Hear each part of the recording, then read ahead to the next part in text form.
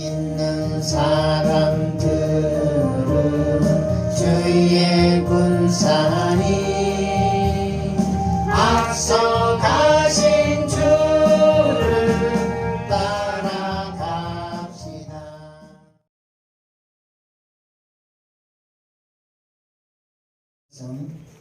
마가복음 13장입니다.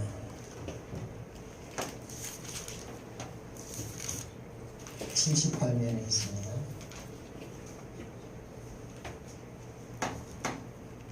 5절에서 23절까지 조금 길지만 한 절씩 교도록 하도록 하겠습니다.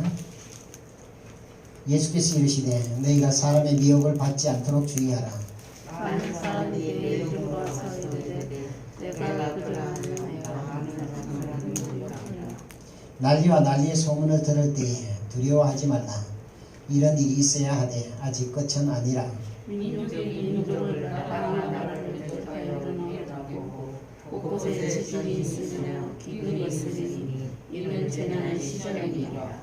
너희는 스스로 조심하라. 사람들이 너희를 공회에 넘겨주겠고 너희를 회당에서 매질하겠으며 나로 말미암아 너희가 권력자들과 임금들 앞에 서리니 이는 그들에게 증거가 되려 함이라. 또 복음이 먼저 만국에 전파되어야 할 것이니라. 사람들이 너희를 끌어다가 넘겨줄 때에 무슨 말을 할까 미리 염려하지 말고 무엇이든지 그때에 너희에게 주시는 그 말을 하라. 말하는 이는 너희가 아니요 성령이시니라. 형제가 형제를 아버지가 자식을 죽는 데에 내주며 자식들이 부모를 대적하여 죽게 되리라. 또 너희가 내 이름으로 말미암아 모든 사람에게 미움을 받을 것이나 끝까지 견디는 자는 구원을 받으리라. 멸망에 가증한 것이 선지 못한 곳에 것을 보고는 믿는 자는 깨달을지언정 그때 입에 있는 자들은 사서로 망할지어다. 지붕 위에 있는 자는 내려가지도 말고 집에 있는 무엇을 가지러 들어가지도 말며 밭에 있는 자는 그것을 가지러 뒤로 돌이키지 말지어다. 그날에는 아이 된 자들과 젖먹이는 자들에게 화가 있으리로다. 이 일이 겨울에 일어나지 않도록 기도하라. 이는 그 날들이 환난의 날이 되겠습니다. 하나님께서 창조하신 시초부터 지금까지 이런 환난이 없었고 후에도 없으리라. 만일 주께서 그 날들을 감하지 아니하셨더라면 모든 육체가 구원을 얻지 못할 것임을 자기가 택하신 자들을 위하여 그 날들을 감하셨습니다. 그때에 어떤 사람이 너에게 말하되 보라 그리스도가 여기 있다 보라 저기 있다 하여도 믿지 말라. 거짓 그리스도들과 거짓 선지자들이 일어나서 이적과 기사를 행하여 말씀만 있으면 택하신 자들을 미혹하리라. 같이 읽겠습니다. 너희는 삼가라 내가 모든 일을 너희에게 미리 말하였노라. 아멘. 기도합니다. 하나님 감사합니다. 오늘 우리에게 복된 주일 주님 앞에 나와 신령과 진리로 예배하게 하시니 감사합니다. 예배가 점점 힘들어지는 이때에 우리를 부르셨사오니 하나님의 말씀에 충만함을 주셔서 어느 곳에서 무엇을 하든지 믿음으로 이기는 자 되게 도와주옵소서. 주님 앞에 올 때에 귀한 예물을 정성을 다하여 준비하여 사오니 이 물질이 주님의 나라의 기쁨이 되게 하시고 이 물질로 인하여 하나님의 나라가 든든히 설 수 있도록 축복하여 주옵소서. 준비한 손길들마다 그 삶에 있어서 부족함이나 모자람이 없도록 역사하여 주시고 필요한 모든 것을 공급하여 주시며 하나님이 주시는 넉넉한 복의 주인공들이 다 되게 도와주옵소서. 감사를 드리며 우리 주 예수 그리스도의 이름으로 축복하고 기도합니다. 아멘. 오늘 이 말씀은 예수님께서 이제 제자들하고 말씀을 나누는 가운데 그 앞에 1절에서 이제 쭉 내용에 보면 성전을 이제 보고 그 제자들이 선생님 이 성전 이 지은 이걸 한번 보십시오. 이렇게 이제 이 건물이 정말 아름답게 잘 지어졌습니다. 이렇게 이제 설명을 하는 겁니다. 그때 예수님께서 이르시되 내가 이 큰 건물들을 보느냐 돌 하나도 돌 위에 남지 아니하고 다 무너뜨려지리라 하시니라. 다시 말하면 그 성전이 다 무너지게 될 것을 예언을 하십니다. 그때 이제 제자들하고 이제 그 감람산에 앉아서 성전을 이렇게 보고 앉으셨는데 베드로와 야고보와 요한과 안드레가 조용히 묻되 우리에게 말해 주십시오. 어느 때에 그런 일들이 일어나겠습니까? 또 그런 일이 일어날 때 어떤 징조가 있겠습니까? 하라고 이렇게 물어보는 거예요. 그때 예수님께서 오늘 이 말씀을 하시는 겁니다. 예수께서 이르시되 너희가 사람의 미혹을 받지 않도록 주의하라. 사람의 미혹을 받지 마라. 사람에게 홀리지 말라는 거예요. 사람에게 홀려서 정신을 빼앗기지 말라는 겁니다. 우리는 예수를 믿으면서 항상 누구를 바라보느냐? 사람을 바라보는 경우가 굉장히 많아요.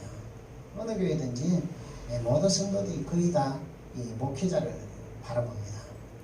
그런데 우리는 그 목회자, 목사를 바라보는 자들이 아니라 말씀을 바라보는 자들이에요. 사람을 바라보게 되면 항상 넘어지게 되어 있어요. 왜냐? 사람은 완전하지 않기 때문에. 항상 사람은 실수할 수 있고 잘못될 수가 있어요. 그런데 많은 사람들이 그 사람을 바라보니까 사람의 미혹이 사람에게 그냥 이끌려서 자신도 모르게 지금 자기가 어디로 가고 있는지를 모르는 그런 미혹을 당한다는 거예요. 다시 말하면 정신을 차리지 못한다는 것을 성경은 가르쳐주고 있습니다. 그래서 사람에게 빠지지 말라는 거예요. 성경은 이것을 또 다른 말로 의미로 표현하면 세상에 빠지지 말라는 거예요. 육신에 빠지지 말라는 것을 성경은 가르쳐주고 있습니다. 그래서 사람에게 미혹을 받지 말고 않도록 주의하라는 거예요. 주의하는 건 뭐예요? 항상 자신을 경계해서 자기가 거기에 미혹되지 않도록, 거기에 넘어지지 않도록 자기 자신을 지키는 것이 자기를 주의하는 거예요. 왜 주의해요? 사고를 당하지 않기 위해서 내가 주의하는 거예요. 주의하지 않으면, 내가 조심하지 않으면 언제 나도 모르게 사람에게 마음을 빼앗겨가지고 넘어지는 경우가 많다라고 성경은 예수님께서 말씀을 해주고 있습니다. 그러면서 하시는 말씀이 많은 사람들이 내 이름으로 와서 이르되 내가 그라하여 많은 사람을 미혹하리라. 많은 사람들이 예수 이름으로 온다는 거예요. 그냥 오는 것이 아니라 다 예수 이름으로 와서 하는 말이 뭐라고 말하느냐? 내가 그다.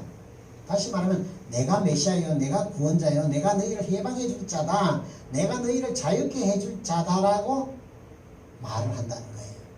오늘날 우리가 일어나는 일들을 보면 전부 어떤 일이 일어나느냐? 내가 그라는 거예요. 내가 구원할 자라는 거예요. 내가 여기서 이 위험에서 건질 자라는 거예요. 그래서 나를 따르라. 오늘날 세상이 그렇게 되어가고 있습니다. 많은 이단들이 다 뭐라고 말해요? 자기가 구세주라는 거예요. 자기가 구원자라는 거예요. 자기가 메시아라는 거예요. 자기가 생명을 줄 영원한 자유를 줄 그런 해방자라고 외치고 있습니다. 그런데 우리는 절대 그런데 미혹돼서 빠지면 안 된다라고 성경은 예수님께서 말씀을 해주시는 거예요. 우리는 사람을 믿는 게 아니에요. 우리 신앙생활할 때 목사를 믿는 것도 아니에요. 그냥 하나님의 말씀을 믿는 것이지 목사를 따라가는 자도 아니에요. 목사를 따라가면 반드시 넘어지게 돼 있어요. 그래서 우리는 어떤 경우이든지 목사를 따라가는 것이 아니라 하나님의 말씀을 따라 예수만 따라가야 되는 거예요. 다른 것을 따라가게 되면 꼭 실패를 당하게 되는 것이 성경에서 오늘 말씀을 해주고 있는 겁니다. 그러면서 그들이 와서 많은 사람을 미혹한다는 거예요. 우리가 뭐 신천지나 이런 여러 가지 보면 많은 사람들이 미혹돼 가요. 근데 그 미혹돼 가는 사람들 중에 예수를 모르는 자들이 미혹되는 것이 아니라 예수를 믿는 자들이 전부 다 미혹돼 간다는 거예요. 예수를 믿는 자들이 사람을 따라간다는 거예요. 7절에 보니까 난리와 난리의 소문을 들을 때에 두려워하지 말라. 이런 일이 있어야 하되 아직 끝은 아니라 민족이 민족을 나라가 나라를 대적하여 일어나겠고 곳곳에 지진이 있으며 기근이 있으리니 이는 재난의 시작이라. 이런 일들이 일어날 때에 재난의 시작이라는 거예요. 다시 말하면 환란의 시작이 된다는 거예요. 오늘날 보세요. 지금 중동 지역에서는 메뚜기 떼들이 그냥 한 시간에 수십 킬로의 곡식을 먹어 치우는 그런 엄청난 일들이 지금 일어나고 있어요. 그것이 서서히 중국 쪽으로 지금 오고 있는데 그런 엄청난 일들 우리가 잘 아는 것처럼 중국은 홍수가 지금 몇 달째 계속돼서 우리나라 인구보다 더 많은 사람들이 이재민에 왔어요. 수십만, 수백만 명, 수백의 사람들이 생명을 잃었고 농토와 토지 모든 집을 다 잃어버린 이재민이 5천 명이 넘어요. 5천만 명이. 우리나라 전체 인구가 다 수해를 당한 거나 똑같다는 거예요. 그런 엄청난 지경에 지금 있어요. 또 미국 같은 경우에는 너무 건조해서 또 그 마른 벼락, 비가 안 오는 벼락, 그 벼락이 쳐서 산에 그 벼락이 떨어져서 그 초목을 태우는데 얼마만큼 탔느냐? 우리나라 서울 시내 2배나 되는 엄청난 이런 산림이 전부 다 타버렸다는 거예요. 지금 우리가 잘 알고 있는 이 코로나와 같은 이런 전 세계적으로 일어나는 이 엄청난 재앙. 그러니까 우리가 이런 사건들이 일어나는 것을 볼 때에 이제 멀지 않아 환란의 때가 오고 주님 오실 날이 심히 가까워지는구나 하는 것을 기억하고 있어야 된다는 거예요. 우리의 마음을 딴 데 뺏기면 안 되는 거예요. 정신 차려야 되는 거예요. 지금 내가 나를 지키지 않으면 우리가 우리 자신을 지키지 않으면 나도 모르게 어느 순간에 그렇게 넘어질 수 있다라고 성경은 가르쳐주고 있는 겁니다. 그러면서 9절에 보니까 너희는 스스로 조심하라. 사람들이 너희를 공회에 넘겨주겠고 너희를 회당에서 매질하겠으며 나로 말미암아 너희가 권력자들과 임금들 앞에 서리니 이는 그들에게 증거가 되게 하려니라. 이제 우리가 아는 것처럼 지금 우리나라도 지금 예배에 대해서 이제 제재가 좀 되잖아요. 그죠? 혼자는 예배를 드리지 못하는 그런 지경이 있습니다. 근데 앞으로는요, 어떤 일이 일어나느냐. 정말 예배를 드리면 공회에다가 넘겨주는 것. 다시 말하면 재판에 넘긴다는 거예요. 지금도 그러잖아요.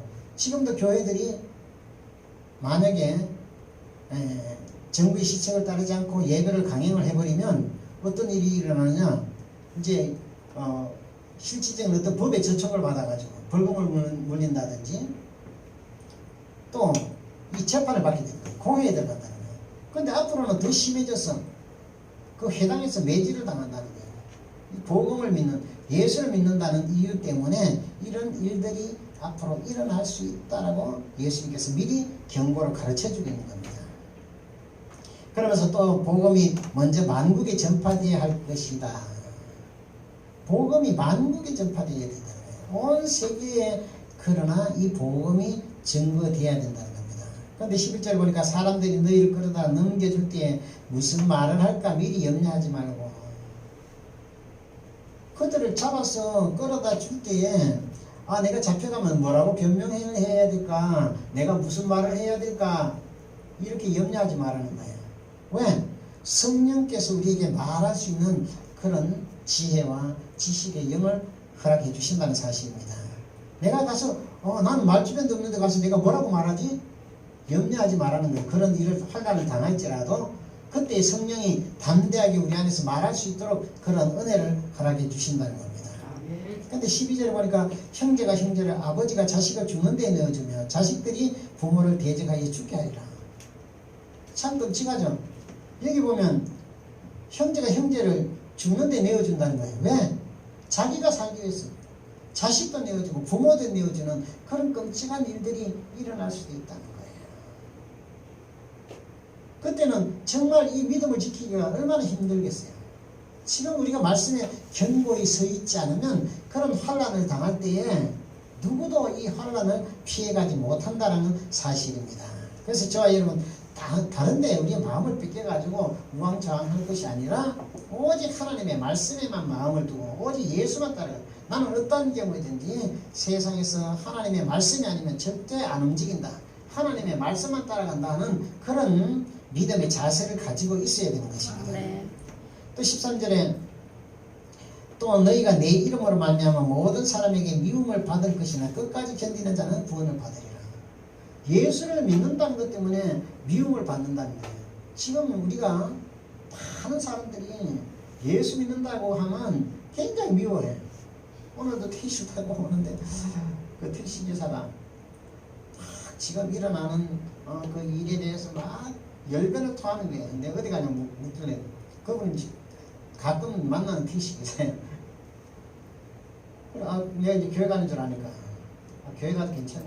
나 우리는 괜찮다고 뭐 인원이 적으니까 괜찮습니다. 그랬더니 이 양반이 그냥 막 어쩌고저쩌고 하면서 별 얘기를 다 하는 거예요. 진짜 내가 듣기 거북할 정도로 그렇게 오늘 여기서 말하고 있는 건 똑같아요. 너희가 내 이름으로 말하면 모든 사람에게 미움을 받을 것이나 우리가 예수를 믿는다는 이유 때문에 많은 사람들에게 손가락질 받고 미움을 받게 되어 있어요. 쉽게 말하면 예수를 믿는다는 이유 때문에 핍박을 당한다는 거예요. 그러나 우리는 어떤 핍박이 와도 우리의 믿음을 지키고 있습니다. 흔들리면 안 돼요. 흔들리고 내가 피해버리면 넘어지는 자가 됩니다. 절대 어떤 경우가 오든지 내가 정말 죽을 그런 위협이 있을지라도 절대 우리가 말씀을 떠나서 믿음을 잃어버리면 안 된다는 사실입니다. 그런데 끝까지 견디는 자, 참고 견디는 자가 구원을 받는다는 거예요. 끝까지 견디는 자가 어떤 자예요? 믿음으로 이기는 자가 끝까지 견디는 자예요. 우리가 믿음으로 이기지 못하면 어떻게 견뎌요? 그죠? 어떤 영적인 싸움, 영과 육의 싸움에서 우리가 이길 수 있어야죠. 그죠? 육신이 편안하자고 육신의 즐거움을 쫓아 따라가게 되면 지는 거예요. 그래서 우리는 육신의 생각, 육신의 유익, 육신의 안일함을 위해서 따라가는 것이 아니라 오직 우리가 핍박을 당하고 매질을 당하는 한이 있어도 내가 죽는 자리에 가는 한이 있어도 우리의 믿음을 잃지 말고 오직 말씀 안에 견고히 서야 되는 것입니다. 14절 보니까 멸망에 가정한 것이 서지 못한 것에 선 것을 보거든. 그러면서 유대에 있는 자들은 산으로 도망할지어다. 유대에 있는 자들은 산으로 도망하라는 거예요. 이것을 영적인 의미에서 보면 육신에 속해 있는 사람들이 육신에 속해 있지 말고 영으로 가라는 거예요. 여기서 말하는 산은 교회를 말합니다. 성전을 말해요. 우리가 잘 아는 것처럼 솔로몬이 성전을 건축을 해요. 그런데 그 성전을 건축하는 장소가 어디냐 하면 아브라함이 모리아산에서 이삭을 제물로 드린 경우가 있어요. 그죠? 그 모리아산에서 이삭을 제물로 드렸던 장소가 솔로몬의 성전이 세워지는 장소예요. 근데 그 솔로몬의 성전이 언제 무너지느냐? 바벨론 통치 시절 그 느부갓네살 왕이 예수님 오시기 전 586년에 그 솔로몬 성전을 침략해서 이스라엘에 침략해서 그 유대 민족을 전부 다 말살하면서 그 성전을 다 부숴버려요. 거기에 있는 성전에 아주 장식했던 금들을 다 떼어가고 그 성전을 다 망가뜨리는 그런 모습이 있습니다. 그런데 우리가 아는 것처럼 성전은 세 번에 지어졌어요. 근데 세 번째 지어진 성전이 뭐냐? 우리가 잘 아는 성경에서 말하는 헤롯 성전이라고, 헤롯이 유대인들에게 마음을 얻기 위해서 지은 성전이에요. 이 솔로몬 성전은 아마 7년 정도인가 그런 시간에 지어졌어요. 근데 이 헤롯 성전은 엄청난 긴 시간에 지어졌어요. 얼마만큼 지어졌느냐? 한 83년 정도의 공사를 해서 아주 그 솔로몬 성전보다 더 크게 위대하게 지었어요. 그것이 지어진 해가 언제냐면 BC 20년, 그러니까 예수님 오시기 20년 전부터 짓기 시작을 해서 예수님이 왔다 가신 이후 63년 되던 해까지 지었으니까 83년 동안 지어진 거예요. 그런데 83년 동안 지어진 그 헤롯 성전이 언제 무너졌느냐? 7년이 지난 이후, 그러니까 예수님 가시고 난지 예수님 오신 지 70년 되는 해, 성전이 완공된 이후 7년째 되는 해에 로마 디도 장군의 의회가 로마의 침략으로 인해서 이스라엘이 멸망하면서 그때 이 성전이 다 무너지게 돼요. 그런데 참 신기한 것은 솔로몬 성전이 무너지는 날과 이 헤롯 성전이 무너지는 날이 같은 날이었던 거예요. 참 신기하죠, 그런 걸 보면. 그래서 오늘 예수님께서 그 2절에 말한 것도 이 큰 건물들을 보느냐, 돌 하나도 돌 위에 남지 아니하고 다 무너뜨려지리라. 이미 예수님께서 그 성전이 다 무너질 것을 말씀을 하고 있어요. 그런데 중요한 것은 뭐냐, 그 성전이 뭐냐, 예수 그리스도의 몸이라는 거예요. 예수 그리스도의 몸이 무너져야 된다는 거예요. 그 성전이 무너지지 않으면 예수님의 몸이 다시 설 수가 없는 거예요. 그래서 예수님은 자신의 몸을 무너뜨린 거예요. 그 성전을 무너지게 한 거예요. 어떻게 무너지게 했느냐, 자신의 몸을 찢어서, 그 몸을 찢어가지고 그 예수님의 몸인 그 성전을 무너지게 하고 그것으로 우리를 구원했다는 사실입니다. 그래서 오늘 여기서 말씀하고 있는 것처럼 멸망에 가증한 것이 서지 못할 곳에 선 것을 보거든. 다시 말하면 메시아가 아닌 그런 자들이, 그 구원자가 아닌 자들이 성전에 선 것을 보거든. 너희는 산으로 도망가라는 거예요. 하나님께로 피하라는 거예요. 교회로 피하라는 거예요. 말씀으로 피하라는 거예요. 이 환난의 때가 오면 다른 곳에 가지 말고 하나님의 말씀 안으로 들어가라는 거예요. 왜? 여기서 말하는 산은 그 아까 말한 것 같이 그 성전을 산에 지었어요. 그죠? 모리아 산에다 지었는데 그 산으로 도망가라는 거예요. 그러면서 15절에 보니까 지붕 위에 있는 자는 내려가지도 말고 집에 있는 무엇을 가지러 들어가지도 말며. 지붕 위에 있는 자, 지붕 위에 있는 자가 무슨 의미냐면 이스라엘은 집을 지을 때 지붕 위에 방을 만드는데 왜 만드느냐? 거기는 기도하는 처소로 만들어요. 그래서 지붕 위에 있는 자는, 다시 말하면 기도하는 사람은 그 환난의 때가 시작되면 무엇을 육신의 유익을 위해서 돌아가지 말라는 거예요. 육신의 무엇을 가지려고 거기에 가지 말라는 거예요. 기도하는 사람은 기도의 자리에 있으라는 거예요. 왜? 내가 살기 위해서 이거 난리 났구나 해서 기도를 멈추고 육신의 무엇을 얻으려고 우리의 마음을 거기로 보내지 말라는 거예요.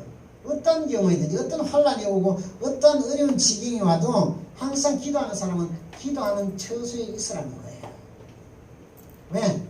거기를 떠나면 육신으로 돌아가서 육신의 것을 구하게 되고 결국은 그렇게 되면 멸망이 이르게 될 것을 예수님께서는 경고를 하고 계시는 겁니다. 또 밭에 있는 자는 겉옷을 가지러 뒤로 돌아가지만 밭도 마찬가지예요. 밭은 뭐예요? 하나님이 일을 하는 자리를 말하는 거예요. 하나님의 일을 하는 자, 하나님의 말씀을 가지고 있는 자들은 그 밭에 있어야 돼요. 말씀 안에 있어야 되는 거예요. 그 말씀을 떠나서 겉옷을 자기를 보호하기 위한, 자기를 가리기 위한 그런 뒤로 육신으로 돌아가지 말라는 거예요. 그러면서 17절에 그날에 아이 뵌 자들과 젖먹이는 자들에게 화가 있으리로다. 아이 뵌 자들과 젖먹이는 자들이 화가 있대요. 자 보세요. 난리가 나면 제일 힘든 사람이 어떤 사람이겠어요? 아이 뵌 자가 제일 힘들어요. 왜? 그죠? 자기 혼자 같으면 도망을 가도 쉽게 갈 수 있는데 아이를 가지고 있으면 도망가기가 힘들겠죠. 젖먹이는 사람들 아이를 챙기고 해야 되니까. 근데 여기서 말하고 있는 것은 물론 육신적인 어떤 의미도 있겠지만 여기서 말하는 아이 뵌 자들은 아직까지도 우리 자신 안에 하나님의 말씀을 믿는 믿음을 가지고 있지만 죄에 대한 속성을 버리지 못한, 죄를 가지고 있는, 죄를 잉태하고 있는 자들을 얘기하는 거예요. 죄를 빨리 쏟아내야 되는데 그것을 가지고 품고 있으면 안 된다는 거예요. 아이 뵌 것 같은 그런 불편하게 있으면 안 된다는 거예요. 오직 하나님의 말씀으로 빨리 가야 되는데 완전한 하나님의 사람이 되지 못하는 그런 중간에 있는 그런 어정쩡한 신앙의 모습을 말해주고 있어요. 우리 신앙은 그런 어중간한 자리에 있는 게 아니에요. 흙이 아니면 백이 아니면 흙, 둘 중에 하나지 중간에 있어서는 안 되는 거예요. 그러면서 젖 먹이는 자들 장성하면 젖을 먹어야 안 먹어요? 어른은 젖을 안 먹어요, 그죠? 장성하면 젖을 안 먹어요. 근데 어린이는 젖을 먹어. 아기들은. 왜? 아직까지 자라지 못했다는 거예요. 그것은 뭘 말하느냐? 아직 영적인 의미에서 알곡이 되지 못했다는 거예요. 아직 자라고 있다는 거예요. 저와 여러분은 빨리 알곡이 돼야 되는 거예요. 하나님의 말씀이 우리 안에 충만해져서 하나님의 말씀으로 채워져서 알곡이 돼야 되는 거예요. 주님이 원하시는 게 뭐예요? 우리는 주님이 원하시는 알곡이에요. 주님이 원하는 것은 알곡이에요. 쭉정이를 원하는 게 아니에요. 덜 여문 곡식을 원하는 게 아니에요. 그래서 알곡은 뭐냐? 주님과 같은 그 말씀을 가지고 있는 자들을 얘기하는 거예요. 말씀으로 충만해야 알곡이 되는 거예요. 저와 여러분, 우리의 믿음이 말씀 안에서 알곡이 되어야 되는 거예요. 어떤 경우이든지 내가 열매가 돼야지, 열매가 덜 익은 그런 쭉정이가 되어버리면 그 환란을 피할 수 없게 된다는 것을 우리는 기억해야 할 것입니다. 그런데 이 일이 겨울에 일어나지 않도록 기도하라. 우리는 뭐 전쟁을 겪어보진 않았지만 6.25 때 그 전쟁의 그 기록들을 보면 겨울에 그 전투를 하느라고 그 전쟁에 겨울에 그때 당시는 뭐 옷이 변변치 않았잖아요. 그죠? 신발도 변변치 않고. 그래서 그때 피난 가는 사람들이 제일 고통, 많은 사람들이 얼어 죽고 그렇게 했어요. 군인들도 보면 식량도 떨어지고 그 눈 쌓인 골짜기에서 그 전투를 한다는 것은 엄청난 그런 힘든 일이에요. 근데 이 환란의 날이 겨울에 일어나지 않도록 기도하라는 거예요. 물론 계절적으로 겨울도 있을 수 있겠습니다만 여기서 또 영적인 의미는 어떤 것이냐, 겨울이라는 것은 우리의 마음이 냉랭해진 것을 말하는 거예요. 우리의 마음이 아주 차다는 거예요.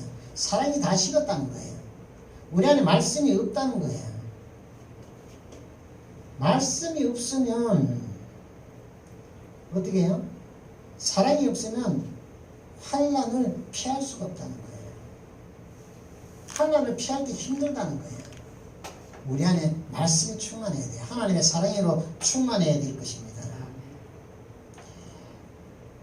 그래서 이 일이 우리의 마음이 식어서 사랑이 없는 그런 때에 일어나지 않기를 항상 기도하라는 거예요. 그래서 늘 우리의 마음에 하나님의 사랑이 충만한 그런 날이 되라, 이렇게 말씀을 하고 있습니다. 그런데 19절에 보니까 이는 그 날들이 환란의 날이 되겠습니다. 하나님께서 창조하신 시초부터 지금까지 이런 환란이 없었고 후에도 없으리라. 하나님이 창조하신 이후에 이런 엄청난 환란은 없었다는 거예요. 계시록에 보면 전에도 말씀을 드렸습니다. 사건이 한번 일어나면 인구의 3분의 1이 죽는 그런 엄청난 비극도 있어요. 그래서 세 번의 그런 엄청난 그런 비극이 일어날 때에 과연 살아남아 있을 사람이 얼마나 되겠느냐 이 말이에요. 그래서 20절에 보니까 만일 주께서 그 날들을 감하지 아니하셨더라면 모든 육체가 구원을 얻지 못할 것이거늘 자기가 택하신 자를 위하여 그 날을 감하셨느니라. 우리를 위해서 하나님이 그 환란을 감하셨다는 거예요.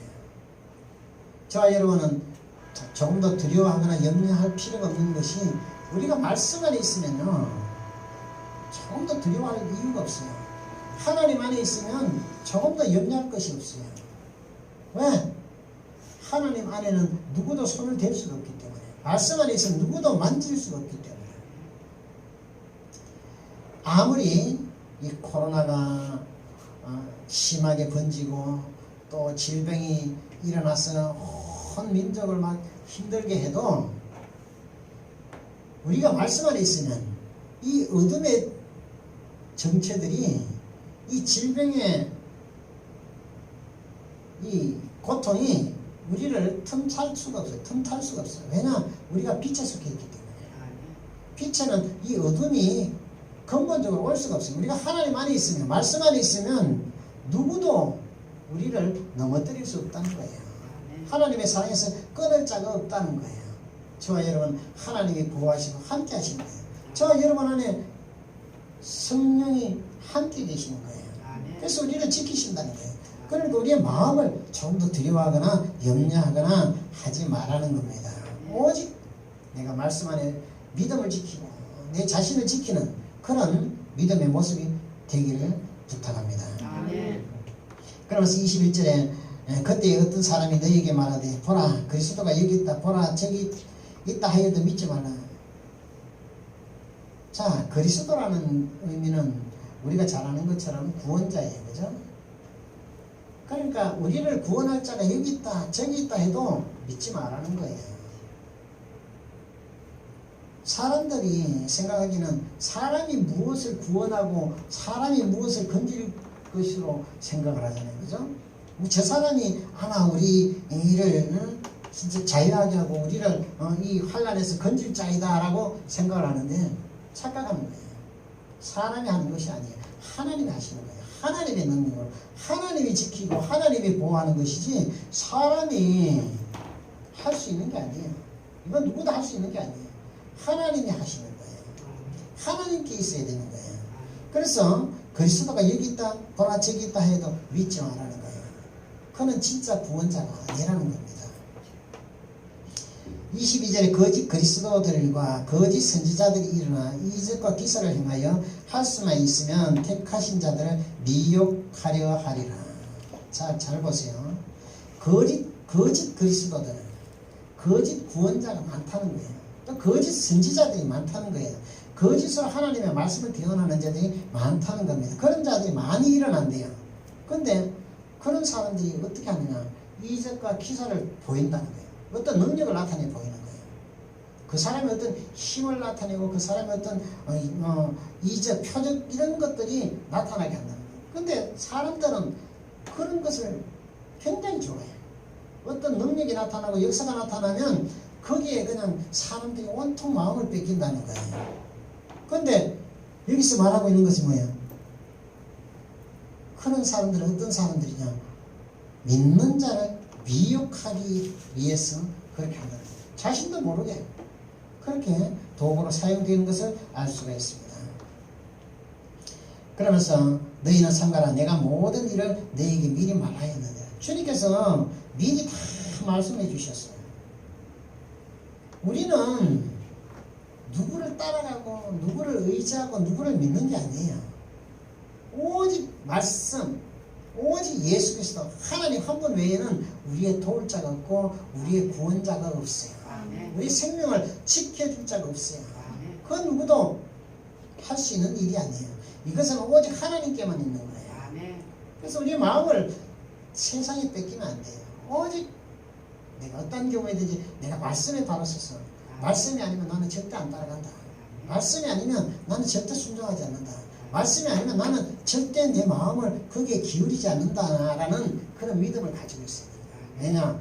우리 안에 말씀이 없으면 쭉정이가 되고 열매가 되지 못하기 때문에. 열매가 안 되면 구원을 장담받을 수가 있는 게 아니에요. 농부가 이제 가을이 다가오잖아요. 이제 멀지 않아서 이제 추수를 하는데 추수를 해봤어요. 근데 가서 추수를 했는데 보니까 곡식이 제대로 안 여물었어. 그럼 농부가 그 안 여문 곡식을 가져가나요? 그냥 다 살라버리는 거예요. 나무에 과일이 많이 달려있어도 그 과일을 따는 사람은요 잘 익은 것만 따지 덜 익은 과일은 안 따요. 벌레 먹은 이런 것들은 안 딴다는 거예요. 그래서 그런 자연을 통해서 우리가 보는 것처럼 우리의 신앙에서 가장 중요한 것은 뭐냐? 내가 항상 말씀 안에 있는 거예요. 다른 걸 보는 것이 아니라 우리는 오직 말씀을 따라서 있어야 되는 거예요. 그래야 이 환난의 엄청난 사건이 일어날 때 하나님께 보호와 인도함을 받게 된다는 거예요. 그렇지 않으면 저와 여러분 누구도 장담할 수 없어요. 우리가 늘 깨어 있어야 돼요. 그 정신 차리라는 거예요. 정신 차려 깨어 있으라는 거예요. 말씀 안에 있으라는 거예요. 저와 여러분 우리는 꼭 그렇게 말씀 안에 있어서 주님 앞에 아름다운 열매가 되는 축복의 사람들 다 되기를 소망합니다. 아멘. 사랑이 많으신 아버지 은혜를 감사합니다. 오늘도 우리에게 귀한 생명의 말씀을 주셨사오니 이 말씀으로 의하여 오직 믿음으로 살고 성령의 인도하심을 따라 사는 자 되게 도와주옵소서. 말씀이 우리에게 요구하시는 것처럼 그 말씀을 따라 믿음으로 사는 우리의 삶이 되게 도와주옵소서. 감사를 드리며 우리 주 예수 그리스도의 이름으로 기도드립니다. 아멘.